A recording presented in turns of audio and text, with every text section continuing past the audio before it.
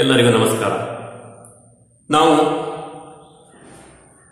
ನೆನ್ನೆಯ ತರಗತಿಯಲ್ಲಿ ಸಮಾಸದ ಬಗ್ಗೆ ಅಭ್ಯಾಸವನ್ನ ಮಾಡ್ತಾ ಇದ್ದೀವಿ. ಸಮಾಸ ಅಂತಂದ್ರೆ ನಮಗೆ ಗೊತ್ತಾಗೋಯ್ತು, ಎರಡು ಅಥವಾ ಎರಡಕ್ಕಿಂತ ಹೆಚ್ಚು ಪದಗಳು ಅರ್ಥವನ್ನ ಕೆಡದಂತೆ ಒಂದು ಪದವಾಗೋದನ್ನೇ ನಾವು ಸಮಾಸ ಅಂತ ತಿಳ್ಕೊಂಡ್ವಿ. ಅದರಲ್ಲಿ ಬರುವಂತಹ ವಿಧಗಳನ್ನು ನೋಡ್ತಾ ಹೋದ್ವಿ. ಇವತ್ತಿನ ತರಗತಿಯಲ್ಲಿ ನಾವು ಅದರ ವಿಧಗಳನ್ನ ಒಂದೊಂದಾಗಿ ಅಭ್ಯಾಸವನ್ನ ಮಾಡ್ತಾ ಹೋಗೋಣ. ಸಮಾಸ ಅಂದ ತಕ್ಷಣ ಮೊದಲು ಬರುವಂತಹ ವಿಧ ತತ್ಪುರುಷ ಸಮಾಸ. ತತ್ಪುರುಷ ಸಮಾಸ ಸಾಮಾನ್ಯವಾಗಿ ಅತಿ ಹೆಚ್ಚಿನದಾಗಿ ಪರೀಕ್ಷೆಗಳಲ್ಲಿ ಬರ್ತಾ ಇರುವಂತಹ ಸಮಾಸ. ಜೊತೆಗೆ ಉಳಿದೆಲ್ಲ ಸಮಾಸಗಳಿಗಿಂತ ಸ್ವಲ್ಪ ಕಂಡುಹಿಡಿಯೋದು ಹೇಗೆ ಎನ್ನುವ ಪ್ರಶ್ನೆ ಎಲ್ಲರನ್ನೂ ಕಾಡ್ತಾ ಇರುವಂತಹ ಸಮಾಸ. ಹಾಗಾಗಿ ನಾವು ಇವತ್ತಿನ ತರಗತಿಯಲ್ಲಿ ಈ ತತ್ಪುರುಷ ಸಮಾಸ ಅಂತಂದ್ರೆ ಏನು, ಅದನ್ನು ನಾವು ಹೇಗೆ ಕಂಡು ಹಿಡಿಯೋದು ಅನ್ನೋದ್ರ ಬಗ್ಗೆ ಕಲಿತಾ ಹೋಗೋಣ. ನಾನು ಕೆಲವು ಉದಾಹರಣೆಗಳನ್ನ ಬರಿತಾ ಹೋಗ್ತೀನಿ. ಉದಾಹರಣೆಗಳನ್ನ ಬರಿತಾ ಹೋದಾಗೆ ನೀವೇ ಬಹಳ ಸರಳವಾಗಿ ಇದನ್ನ ಸರಳವಾಗಿ ಇದು ಗುರುತಿಸಬಹುದಲ್ಲ ಅಂತ ನೀವೇ ಹೇಳ್ತೀರಿ. ನೋಡಿ, ಮೊದಲನೇ ಉದಾಹರಣೆಯನ್ನು ನೋಡೋದಾದ್ರೆ ಕಲ್ಲಿನ ಪ್ಲಸ್ ಮಂಟಪ ಅಂತ ಬರಿತಾ ಇದ್ದೀವಿ. ನೋಡಿ, ಇದನ್ನ ಕಳೆದ ತರಗತಿಯಲ್ಲೇ ಕಲ್ತ್ಕೊಂಡ್ವಿ. ನಾವು ಇದನ್ನ ಪೂರ್ವ ಪದ ಅಂತ ಕರಿತಾ ಇದ್ದೀವಿ, ಇದನ್ನ ಉತ್ತರ ಪದ ಅಂತ ಕರಿತಾ ಇದ್ದೀವಿ. ಇದನ್ನ ಪೂರ್ವ ಪದ ಅಂತ ಕರಿತಾ ಇದ್ದೀವಿ, ಇದನ್ನ ಉತ್ತರ ಪದ ಅಂತ ಕರಿತಾ ಇದ್ದೀವಿ. ಇದನ್ನ ವಿಗ್ರಹ ವಾಕ್ಯ ಮಾಡಿದ್ದೀವಿ. ಈಗ ಈ ಎರಡನ್ನೂ ಸೇರಿಸಿ ನಾವು ಬರೆದಾಗ ಕಲ್ಲು ಮಂಟಪ ಅಂತ ಆಗುತ್ತೆ. ಇದನ್ನ ಸಮಾಸ ಪದ ಅಥವಾ ಸಮಸ್ತ ಪದ ಅಂತ ಕರಿತಾ ಇದ್ದೀವಿ. ಪೂರ್ವ ಪದ, ಉತ್ತರ ಪದ ಎರಡನ್ನೂ ಸೇರಿಸಿದಾಗ ಕಲ್ಲು ಮಂಟಪ ಅನ್ನುವ ಸಮಸ್ತ ಅಥವಾ ಸಮಾಸ ಪದವಾಗಿದೆ. ಇದನ್ನೇ ನಾವು ತತ್ಪುರುಷ ಸಮಾಸದ ಉದಾಹರಣೆ ಅಂತ ಕರಿತಾ ಇದ್ದೀವಿ. ಈಗ ನಿಮಗೆ ಕಾಡ್ತಾ ಇರೋದು ಏನು ಅಂದ್ರೆ, ಅದನ್ನು ಹೇಗೆ ಗುರ್ತಿಸೋದು ಒಂದ್ಸರಿ ಹೇಳಪ್ಪ ಅಂತ ಹೇಳ್ತಾ ಇದ್ದೀರಿ. ನೀವೇ ಗುರ್ತಿಸ್ತೀರಿ. ಅದಕ್ಕಿಂತ ಮತ್ತೊಂದೆರಡು ಉದಾಹರಣೆಗಳನ್ನು ನೋಡ್ತಾ ಹೋಗೋಣ. ಇನ್ನೊಂದು ಉದಾಹರಣೆಯನ್ನು ನೋಡೋದಾದ್ರೆ ನೋಡಿ, ಬೆಟ್ಟದ ಪ್ಲಸ್ ತಾವರೆ ಅಂತ ಬರಿತಾ ಇದ್ದೀನಿ. ಪೂರ್ವ ಪದ, ಉತ್ತರ ಪದ ಸೇರಿಸಿದಾಗ ಬೆಟ್ಟದಾವರೆ ಅಂತ ಆಗುತ್ತೆ.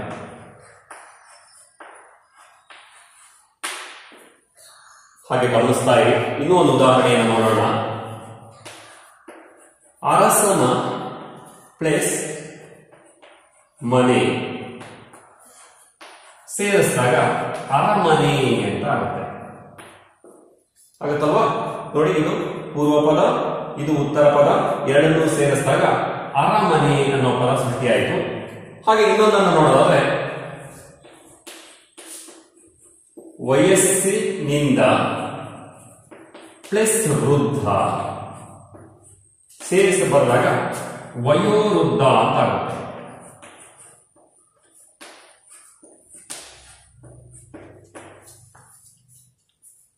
ಅಥವಾ ಕಾಲಿನ ಪ್ಲಸ್ ಬಳೆ ಸೇರಿಸಿದಾಗ ಕಾಲು ಬಳೆ ಅಂತ ಹೇಳ್ತಾ ಇದ್ದೀವಿ, ಅಥವಾ ಕಾಲು ಬಳೆ ಅಂತ ಹೇಳ್ತಾ ಇದ್ದೀವಿ. ನೋಡಿ, ನಾನು ಒಂದು 5 ಉದಾಹರಣೆಗಳನ್ನ ಬರೆದಿದ್ದೀನಿ. ಈ ಎಲ್ಲ ಉದಾಹರಣೆಗಳು ಕೂಡ ತತ್ಪುರುಷ ಸಮಾಸಕ್ಕೆ ಉದಾಹರಣೆಗಳು. ಇದನ್ನ ನೀವು ಹೇಗೆ ಗುರುತಿಸೋದು ಅನ್ನೋದು ಆಯ್ತಪ್ಪ, ಇದೆಲ್ಲ ನಾವು ಅಲ್ಲಿ ನೋಡಿದ್ವಿ ಉದಾಹರಣೆಗಳನ್ನ ಪುಸ್ತಕದಲ್ಲಿ. ಹಾಗಾದ್ರೆ ಇದನ್ನ ನಾವು ತತ್ಪುರುಷ ಅಂತ ಹೇಗೆ ಗುರುತಿಸೋದು ಹೇಳಪ್ಪ ಅಂತಂದ್ರೆ ಬಹಳ ಸುಲಭ ಆಗ್ತಾ ಹೋಗುತ್ತೆ. ನೀವೇ ಅದರ ಡೆಫಿನಿಷನ್ ಅನ್ನ ಹೇಳ್ತೀರಿ, ಅಷ್ಟು ಸರಳವಾಗಿ ಅರ್ಥ ಆಗ್ತಾ ಹೋಗ್ತಾರೆ. ನಾನು ಹೇಳ್ತಾ ಇದ್ದೇನೆ. ಈಗ ಪೂರ್ವೋತ್ತರ ಪದಗಳು ಗೊತ್ತಾಯ್ತು ನಿಮಗೆ.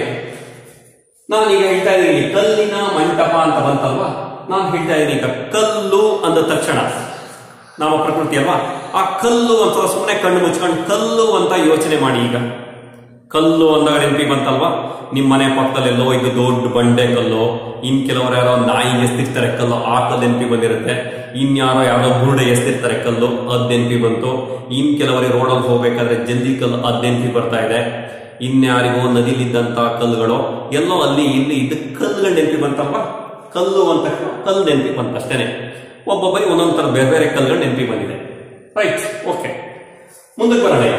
ಇಲ್ಲಿ ಪೂರ್ವ ಪದ ಕಲ್ಲು ಅಂದಾಗ ಕಲ್ಲು ನೆನಪಿ ಬಂತು. ಈ ಕಡೆ ಉತ್ತರ ಪದಕ್ಕೆ ಬಂದಾಗ ಮಂಟಪ ಅಂತ ಹೇಳ್ತಾ ಇದ್ದೀನಿ. ಮಂಟಪ, ಕಣ್ಣು ಮುಚ್ಕೊಂಡು ಸುಮ್ಮನೆ ಮಂಟಪ ಅಂತ ನೆನಪು ಮಾಡ್ಕೊಳ್ಳಿ. ಮದುವೆ ಆದವರಿಗೆ ಅವ್ರ ಮದುವೆ ಮಂಟಪ ನೆನಪಿ ಬಂತು, ಅಥವಾ ಯಾವ್ದಾದ್ರು ಮದುವೆ ನೋಡಕ್ ಹೋದವರಿಗೆ ಆ ಮದುವೆ ಮಂಟಪ ನೆನಪಿ ಬರ್ತಾ ಇದೆ, ಅಥವಾ ಇನ್ಯಾವುದೋ ಊರಲ್ಲಿ ಯಾವ್ದಾದ್ರು ಮಂಟಪ ಇದ್ರೆ ಕಲ್ಲಿಂದೋ ಏನಾದ್ರು ಮಂಟಪ ಇದ್ರೆ ಆ ಮಂಟಪ ನೆನಪಿ ಬರುತ್ತೆ.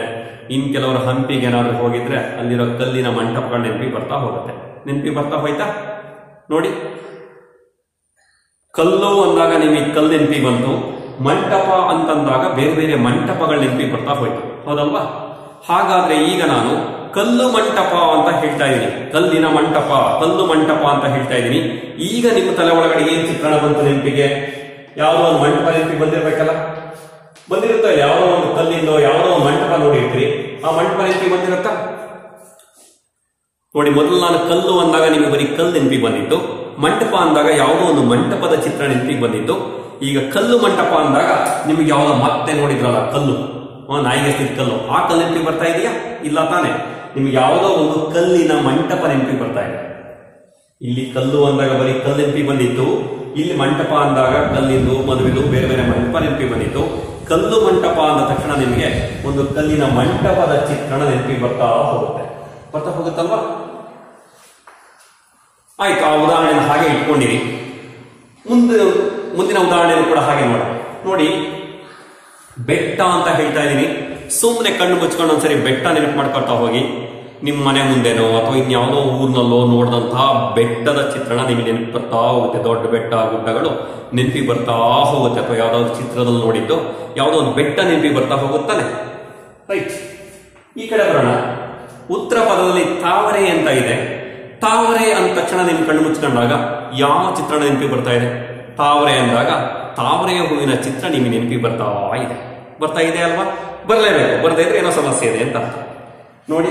ಬೆಟ್ಟ ಅಂದಾಗ ಬೆಟ್ಟ ಗುಡ್ಡ ನೆನಪಿಗೆ ಬಂದಿತ್ತು. ತಾವರೆ ಅಂದಾಗ ನಮಗೆ ತಾವರೆಯ ಹೂವಿನ ಚಿತ್ರ ನೆನಪಿಗೆ ಬರ್ತಾ ಇದೆ, ಅಥವಾ ಹೂವಿನ ನೆನಪಿಗೆ ಬರ್ತಾ ಇದೆ. ಈಗ ಬೆಟ್ಟದಾವರೆ ಅಂತ ಹೇಳ್ತಾ ಇದೀನಿ. ಬೆಟ್ಟದಾವರೆ ಅಂದ್ರೆ ಕೆಲವು ಮಲೆನಾಡು ಸೈಡ್ ಅಲ್ಲಿ ಅದನ್ನ ಬಲ್ದಾರೆ ಹೂ ಅಂತಾನು ಕೂಡ ಕರೀತಾರೆ, ಡೇಲಿಯಾ ಅಂತ ಕರೀತಾರೆ ಅನ್ಸುತ್ತೆ ಅದನ್ನ ಇಂಗ್ಲಿಷ್ ನಲ್ಲಿ. ಹಳ್ಳಿ ಕಡೆ ಮಲೆನಾಡು ಕಡೆ ಅದನ್ನ ಬಲ್ದಾರೆ ಹೂ ಅಂತ ಕರೀತಾರೆ. ಇನ್ ಕೆಲವರು ಬೆಟ್ಟದಾವರೆ ಅಂತ ಕರೀತಾರೆ.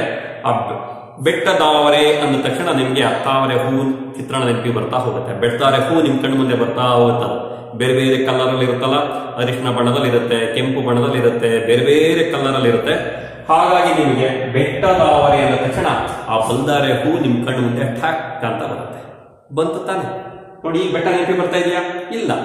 ಬೆಟ್ಟದಾವರೆ ಅಂದ ತಕ್ಷಣ ಆ ಬಲ್ದಾರೆ ಹೂವೇ ನೆನಪಿ ಬರ್ತಾ ಇದೆ. ಆಯ್ತು, ಮುಂದಿನ ಉದಾಹರಣೆ ಹಾಗೆ ನೋಡೇ ಬಿಡೋಣ. ಇಲ್ಲಿ ಕಡೆ ಬನ್ನಿ. ಪೂರ್ವ ಪದದಲ್ಲಿ ಅರಸ ಅಂತ ಇದೆ.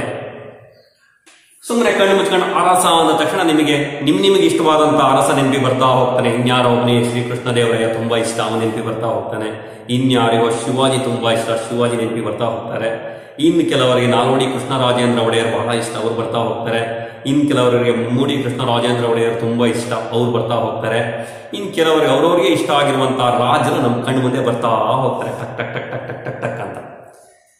ಹಾಗೆ ಮನೆ ಅಂದ ತಕ್ಷಣ ನಿಮ್ಮ ಮನೆನೋ, ನಿಮ್ಮ ಅಕ್ಕಪಕ್ಕದ ಮನೆನೋ, ಅಥವಾ ನೀವು ಯಾವ್ದಾದ್ರು ಗೃಹ ಪ್ರವೇಶಕ್ಕೆ ಹೋದ್ರೆ ಸುಂದರವಾದ ಯಾವ್ದೋ ಮನೆನೋ ನೆನಪಿ ಬರ್ತಾ ಹೋಗುತ್ತೆ. ಇವೆರಡನ್ನು ಸೇರಿಸಿ ಸಮಸ್ತ ಪದ ಆಗಿದೆ ಅರಮನೆ ಬಂದಾಗ ನೋಡಿ. ಅರಮನೆ ಅಂದ ತಕ್ಷಣ ಸುಮ್ಮನೆ ಕಣ್ಣು ಮುಚ್ಕೊಂಡು ಅರಮನೆ ಅಂತ ನೆನಪು ಮಾಡಿದ ತಕ್ಷಣ ನಮಗೆ ಬೇಗ ನೆನಪಿ ಬರದೆ ಮೈಸೂರು ಅರಮನೆ, ಯಾಕಂದ್ರೆ ಹೋಗಿರೋದು ಅದೊಂದೇ ಅಲ್ವಾ. ಹಾಗಾಗಿ ಅರಮನೆ ಅಂದ ತಕ್ಷಣ ನಮಗೆ ಮೈಸೂರು ಅರಮನೆ ನೆನಪಿ ಬರ್ತಾ ಹೋಗುತ್ತೆ. ಅಥವಾ ಬೇರೆ ಯಾವುದಾದ್ರೂ ರಾಜನ ಅರಮನೆಯನ್ನು ನೋಡಿದ್ರೆ ನಮಗೆ ಅದು ನೆನಪಿ ಬರುತ್ತೆ ನೋಡಿ. ಸಮಸ್ತ ಪದ ಆದ ನಂತರ ನಮಗೆ ಅರಸ ನೆನಪಿ ಬರಲ್ಲ, ಕೇವಲ ಅವನ ಮನೆ ನೆನಪಿ ಬರುತ್ತಾ ಹೋಗುತ್ತೆ, ಅರಮನೆ ನೆನಪಿ ಬರ್ತಾ ಹೋಗುತ್ತೆ. ಆಯ್ತು, ಅದು ಬೇಡ. ಮುಂದಿನ ಉದಾಹರಣೆ ಹೋಗ್ಬಿಡೋಣ ನೋಡಿ. ವಯಸ್ಸು ಅಂದ ತಕ್ಷಣ ವಯಸ್ಸು, ನಿನ್ನ ವಯಸ್ಸೆಷ್ಟು, ನನ್ನ ವಯಸ್ಸೆಷ್ಟು ಹಿಂಗೆ ಕೇಳ್ತಾ ಇರ್ತೀವಲ್ಲ. ವಯಸ್ಸು ಅಂದಾಗ ನಮಗೆ ವಯಸ್ಸು ಅಷ್ಟೇ ಅದು. ಹಾಗೆಯೇ ವೃದ್ಧ ಅಂದ ತಕ್ಷಣ ಕಣ್ಣು ಮುಚ್ಕೊಂಡು ವೃದ್ಧ ಅಂತ ನೆನಪು ಮಾಡ್ಕೊಂಡ ತಕ್ಷಣ ಯಾರೋ ಒಬ್ರು ಕೋಲು ಉರ್ಕೊಂಡು ಹೋಗಿರುವಂತದ್ದು, ಅಥವಾ ತಲೆ ಎಲ್ಲ ಹಣ್ಣಾಗಿ ಮುಖ ಎಲ್ಲ ಸುಡುಗಟ್ಟಿ ತುಂಬಾ ವಯಸ್ಸಾಗಿ ನಡೆಯೋದಕ್ಕೆ ಕಷ್ಟಪಡ್ತಿರುವಂತ ಯಾರಾದೊಬ್ರು ವೃದ್ಧರು, ಅಥವಾ ನಮ್ಮ ಮನೇಲಿರೋ ಅಜ್ಜನೋ ನಮ್ಮ ಅಜ್ಜಿನೋ ಯಾರಾದ್ರೂ ನಮಗೆ ನೆನಪಿ ಬರ್ತಾರಲ್ವಾ ವೃದ್ಧ ಅಂದ ತಕ್ಷಣ ನೋಡಿ. ವಯಸ್ಸು ಅಂದಾಗ ವಯಸ್ಸಷ್ಟೇ ಅಲ್ವಾ ವಯಸ್ಸು. ಅದೇ ವೃದ್ಧ ಅಂದಾಗ ನಮ್ಗೆ ಯಾರೋ ಒಬ್ರು ಅಜ್ಜ ನೆನಪಿ ಬರ್ತಾ ಇದ್ದಾರೆ, ಅಥವಾ ಅಜ್ಜಿ ನೆನಪಿ ಬರ್ತಾ ಇದ್ದಾರೆ, ವಯಸ್ಸಾದ ಚಿತ್ರಣ ನಮ್ಮ ಕಣ್ಣು ಮುಂದೆ ಬರ್ತಾ ಇದೆ. ಎರಡನ್ನೂ ಸೇರಿಸಿ ವಯೋವೃದ್ಧ ಅಂತ ಹೇಳಿದಾಗ ನಮಗೆ ಮತ್ತೆ ಯಾರೋ ಒಬ್ರು ವಯಸ್ಸಾದ ಚಿತ್ರಣ ಕಣ್ಣು ಮುಂದೆ ಬರುತ್ತೆ. ಆಯ್ತು, ಇನ್ನೊಂದು ಕೊನೆಯದೊಂದು ಉದಾಹರಣೆ ನೋಡ್ಬಿಡೋಣ, ಆಮೇಲೆ ಏನಾಯ್ತು ಅಂತ ನೀವೇ ಹೇಳ್ತೀರಿ ನೋಡಿ. ಇಲ್ಲಿ ಕಾಲು, ಇಲ್ಲಿ ಬಳೆ ಅಂತ ಇದೆ. ಕಾಲು ಅಂದ ತಕ್ಷಣ ನಮಗೆ ಕಾಲು ನೆನಪಿಗೆ ಬರುತ್ತಪ್ಪ, ಯಾರ್ದೋ ಒಬ್ರು ಕಾಲ್ಗೆ ನಮ್ಮ ಕಾಲು ಯಾರ್ದೋ ಒಂದು ಕಾಲು ನೆನಪಿಗೆ ಬರುತ್ತೆ.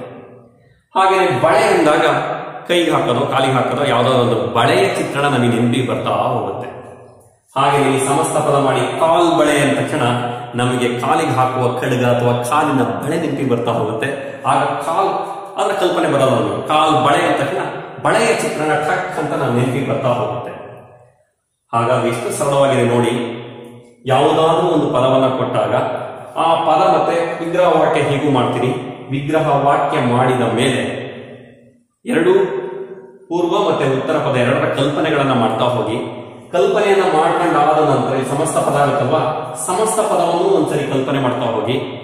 ಇಲ್ಲಿ ನಮಗೆ ನೋಡಿ, ಕಲ್ಲು ಮಂಟಪ ಅಂದಾಗ ಕಲ್ಲು ಅಂದಾಗ ಕಲ್ಲು ನೆನಪಿಗೆ ಬರ್ತಾ ಇತ್ತು, ಮಂಟಪ ಅಂದಾಗ ಮಂಟಪ ನೆನಪಿಗೆ ಬರ್ತಿತ್ತು. ಕಲ್ಲು ಮಂಟಪ ಅಂದಾಗ ನಮಗೆ ಯಾವುದೋ ಮಂಟಪನೇ ನೆನಪಿಗೆ ಬರ್ತಾ ಇದೆ. ಅಂದ್ರೆ ಈ ಪದದ ಅರ್ಥ ಏನಿದೆಯೋ ಇದೇ ನಮಗೆ ಮುಖ್ಯ ಆಗ್ತಾ ಹೋಯ್ತು. ಸಮಾಸ ಮಾಡಿದ್ಮೇಲೆ ನಮಗೆ ಕಲ್ಲಿ ನೆನಪಿಗೆ ಬರ್ತಾ ಇಲ್ಲ, ಮಂಟಪನೇ ನೆನಪಿಗೆ ಬರ್ತಾ ಇಲ್ಲ. ಅಂದ್ರೆ ಪೂರ್ವ ಪದದ ಅರ್ಥ ನಮಗೆ ಮುಖ್ಯ ಆಗ್ತಾ ಇಲ್ಲ, ಉತ್ತರ ಪದದ ಅರ್ಥ ನಮಗೆ ಪ್ರಧಾನ ಅನ್ನಿಸ್ತಾ ಇದೆ. ಈ ಉದಾಹರಣೆಯನ್ನು ನೋಡಿ. ಬೆಟ್ಟ ಅಂದಾಗ ಬೆಟ್ಟ ನೆನಪಿಗೆ ಬಂದಿತ್ತು, ಗುಡ್ಡ ನೆನಪಿಗೆ ಬಂದಿತ್ತು. ತಾವರೆ ಎಂದಾಗ ತಾವರೆ ಹೂ ಚಿತ್ರಣ ನೆನಪಿಗೆ ಬಂದಿತ್ತು. ಬೆಟ್ಟದಾವರೆ ಎಂದಾಗ ನಮಗೆ ತಾವರೆ ಹೂವಿನೇ ನೆನಪಿಗೆ ಬರ್ತಾ ಇದೆ. ಅಂದ್ರೆ ಬಲ್ದಾರೆ ಹೂವಿನ ಚಿತ್ರಣನೇ ನಮಗೆ ಪ್ರಧಾನ ಆಗ್ತಾ ಹೋಯಿತು. ಇಲ್ಲಿರುವ ಪೂರ್ವ ಪದದ ಅರ್ಥ ನಮಗೆ ಪ್ರಧಾನ ಆಗಲಿಲ್ಲ.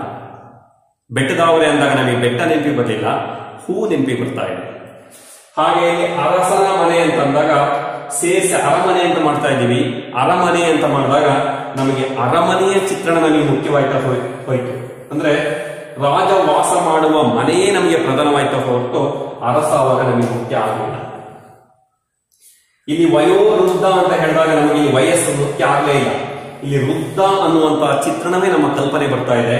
ಅಂದ್ರೆ ಇಲ್ಲಿರುವ ಈ ಉತ್ತರ ಪದದ ಅರ್ಥವೇ ಪ್ರಧಾನ ಆಗ್ತಾ ಹೋಯ್ತು. ವಯೋವೃದ್ಧ ಅಂದಾಗ ನಮ್ಗೆ ಯಾರು ವಯಸ್ಸಾದವ್ರ ಚಿತ್ರಣ ನೆನಪಿಗೆ ಬರ್ತಾ ಇದೆ. ಹಾಗಾಗಿ ಇಲ್ಲಿರುವಂತಹ ಉತ್ತರ ಪದ ಅರ್ಥವೇ ಪ್ರಧಾನವಾಗ್ತಾ ಹೋಯ್ತು. ಇಲ್ಲಿ ಬಂದಾಗ ಕಾಲಿನ ಬಳೆ ಅಂತ ಬಂದಾಗ ಕಾಲು ಅಂದಾಗ ಕಾಲು ನೆನಪಿಗೆ ಬಂದಿತ್ತು, ಬಳೆ ಅಂದಾಗ ಬಳೆ ನೆನಪಿಗೆ ಬಂದಿತ್ತು. ಕಾಲ್ ಬಳೆ ಅಂತಂದಾಗ ನಮಗೆ ಕಾಲ್ ಬಳೆನೇ ನಮ್ಮ ಕಣ್ಣು ಮುಂದೆ ಬರ್ತಾ ಇದೆ. ಹಾಗಾಗಿ ಈಗ ನಿಮಗೆ ಬಹಳ ಸರಳವಾಗಿ ಅರ್ಥ ಆಗೋಗಿದೆ. ಪೂರ್ವ ಮತ್ತೆ ಉತ್ತರ ಪದಗಳ ನಡುವೆ ಇವೆರಡೂ ಕೂಡ ನಾಮಪದಗಳಿಗೆ ಗೊತ್ತಾಗ್ತಾ ಇದೆ. ಹೇಗೆ ಕಂಡುಹಿಡಿತೀರಿ ಅಂತಂದ್ರೆ, ಯಾವ ಪದಗಳಿಗೆಲ್ಲ ನಾವು ವಿಭಕ್ತಿ ಪ್ರತ್ಯಯವನ್ನು ಹಾಕ್ಬೋದು ಅದೆಲ್ಲ ಪದಗಳು ನಾಮಪದಗಳೇ. ಹಾಗಾಗಿ ಇದು ನಾಮಪದ, ಇದು ನಾಮಪದ. ಇಲ್ಲಿ ಪೂರ್ವದಲ್ಲಿರುವಂತಹ ಎಲ್ಲ ನಾಮಪದ, ಉತ್ತರದಲ್ಲಿರೋದು ಕೂಡ ಎಲ್ಲ ನಾಮಪದಗಳೇ. ಹಾಗಾಗಿ ಎರಡು ನಾಮಪದಗಳ ನಡುವೆ ಸಮಾಸ ಕ್ರಿಯೆ ನಡೀತಾ ಇದೆ. ಎರಡು ನಾಮಪದಗಳ ನಡುವೆ ಸಮಾಸ ಕ್ರಿಯೆ ನಡೀಬೇಕಾದ್ರೆ ಉತ್ತರ ಪದದ ಅರ್ಥ ಪ್ರಧಾನವಾಗಿದ್ರೆ, ಇಲ್ಲಿರುವಂತಹ ಈ ಉತ್ತರ ಪದದ ಅರ್ಥ ಪ್ರಧಾನವಾಗಿರುವಂತಹ ಸಮಾಸವನ್ನೇ ನಾವು ತತ್ಪುರುಷ ಸಮಾಸ ಅಂತ ಕರೀತೇವೆ. ಅರ್ಥ ಆಗ್ತಿದೆಯಲ್ಲ? ಎರಡು ನಾಮಪದಗಳ ನಡುವೆ ಸಮಾಸ ಕ್ರಿಯೆ ನಡೆಯುತ್ತೆ. ಈ ಎರಡು ಪೂರ್ವೋತ್ತರ ನಾಮಪದಗಳ ನಡುವೆ ಸಮಾಸ ಕ್ರಿಯೆ ನಡೆಯಬೇಕಾದ್ರೆ ಉತ್ತರ ಪದದ ಅರ್ಥ ಪ್ರಧಾನವಾಗಿದ್ರೆ ಅದನ್ನು ನಾವು ತತ್ಪುರುಷ ಸಮಾಸ ಅಂತ ಹೇಳಿ ಕರಿತೀವಿ. ಗುರುತಿಸೋದು ಬಹಳ ಸುಲಭವಾಗಿ ನಿಮಗೆ ಗೊತ್ತಾಗಿದೆ ಅಂತ ಅನ್ಕೋತೀನಿ. ಯಾವುದೋ ಒಂದು ಪದ ಕೊಟ್ಟಿದ್ದಾರೆ, ಆ ಪದವನ್ನು ಎರಡನ್ನೂ ಕೂಡ ಬಿಡಿಸಿದ ನಂತರ ಪೂರ್ವ ಮತ್ತೆ ಉತ್ತರ ಮತ್ತೆ ಸಮಾಸ ಪದ ಮೂರರ ಪರಿಕಲ್ಪನೆಯನ್ನು ಮಾಡ್ತಾ ಹೋಗಿ ನಿಮಗಾಗ ಈ ಪದದ ಅರ್ಥ ಪ್ರಧಾನ. ಕಲ್ಲಿನ ಮಂಟಪ ಅಂದ ತಕ್ಷಣ ಕಲ್ಲು ನಮಗೆ ಮುಖ್ಯ ಆಗಲಿಲ್ಲ, ಮಂಟಪ ಮುಖ್ಯ ಆಯ್ತು. ಬೆಟ್ಟ ತಾವರೆ ಅಂತ ತಕ್ಷಣ ನಮಗೆ ಬೆಟ್ಟ ಮುಖ್ಯ ಆಗಲಿಲ್ಲ, ತಾವರೆ ಮುಖ್ಯ ಆಯ್ತಾ ಹೋಯ್ತು. ಅರಮನೆ ಅಂತಂದಾಗ ನಮಗೆ ಅರಸ ಮುಖ್ಯ ಆಗಲಿಲ್ಲ, ಮನೆ ಮುಖ್ಯ ಆಯಿತು. ಹಾಗಾಗಿ ಉತ್ತರ ಪದದ ಅರ್ಥ ಪ್ರಧಾನವಾಗ್ತಾ ಹೋದ್ರೆ ಅದನ್ನು ನಾವು ತತ್ಪುರುಷ ಸಮಾಸ ಅಂತ ಹೇಳಿ ಕರಿತೀವಿ. ಬಹಳ ಸರಳವಾಗಿ ಅರ್ಥ ಆಗಿದೆ ಅಂತ ನಾನು ಭಾವಿಸ್ತೀನಿ. ಮುಂದಿನ ತರಗತಿಯಲ್ಲಿ ನಾವು ಕರ್ಮಧಾರೆಯ ಸಮಾಸ ಅಂದ್ರೆ ಏನು, ಅದನ್ನು ಹೀಗೆ ಇಷ್ಟೇ ಸರಳವಾಗಿ ಹೇಗೆ ತಿಳ್ಕೊಳ್ಳೋದು, ಅದನ್ನು ಕಂಡುಹಿಡಿಯೋದು ಹೇಗೆ ಅನ್ನೋದನ್ನ ಮುಂದಿನ ವಿಡಿಯೋದಲ್ಲಿ ನೋಡ್ತಾ ಹೋಗೋಣ. ಮುಂದಿನ ವಿಡಿಯೋದಲ್ಲಿ ನಾನು ನಿಮಗೆ ಸಿಗ್ತೀನಿ. ಎಲ್ಲರಿಗೂ ನಮಸ್ಕಾರ.